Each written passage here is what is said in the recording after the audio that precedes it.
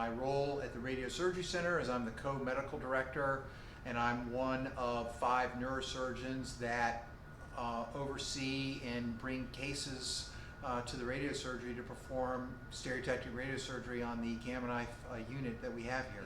Here at the Radiosurgery Center, we predominantly treat tumors with the Gamma Knife technology, and the most common types of tumors in the brain are the most common things that we treat here, and that's metastatic tumors, tumors that have spread from other sources within the body. Here in the Peninsula of Virginia, that means that we're mostly treating lung cancers that have metastasized or spread to the brain, breast cancer patients. We also see patients with skin cancers, mostly melanomas, kidney cancers. The big thing about the Gamma Knife is the precision that it offers. Almost every tumor is treatable with some form of radiation, but radiation over an indiscriminate amount of brain tissue is never good for the healthy parts of the brain. And the real thing that the Gamma Knife helps us to achieve is the ability to deliver radiation to only the prescribed areas that are abnormal in the doses that it takes for the radiation to be effective, and to limit the amount of radiation that goes to parts of the brain that don't need radiation. And so it's the precision that it brings to the treatment is what really makes it sort of better than all the other options.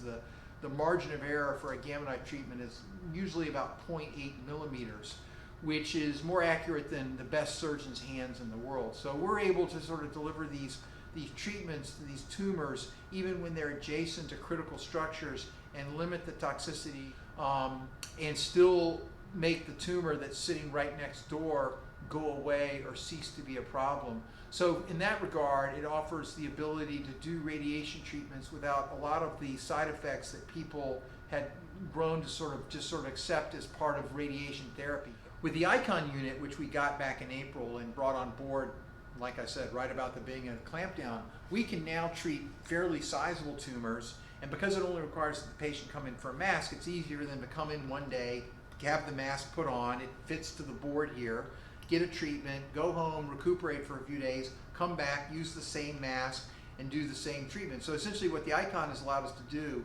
is to combine the benefits of the traditional way of doing radiation, which is small doses on multiple days with rest in between, with the precision of the Gamma Knife. We've been able to not only do treatments that are offered other places, but also sort of contribute to the general literature and to the knowledge of how these treatments play out, and sort of help guide therapy. So it's kind of nice for a place like Riverside usually isn't involved in that sort of stuff. A community hospital usually doesn't publish what they do the same way you would if you were at a major medical center. But that's one thing here at Riverside that we've done a lot of, because we're one of very few community hospitals that have this type of technology combined with the machine next door, the Varian Edge. So we really have sort of the full gamut of what's called stereotactic radiosurgery and radiation treatments. But not many community hospitals aside from Riverside have a Gamma Knife Icon unit and a Varian Edge, an inpatient CT, an in-house CT scanner, where all this stuff is done here. You'd have to drive to Charlottesville before we put this up to get the same thing. And if you lived in some states, don't even have a center like this in the whole state. So we're fortunate in that regard, and we like the fact that we can offer something that is at the leading edge of where medical therapy for these things currently exists. Yeah, we appreciate everything that the donors have done for neurosciences, for the health system, for the hospital, for our patients. It's much appreciated. Every penny is appreciated, no doubt.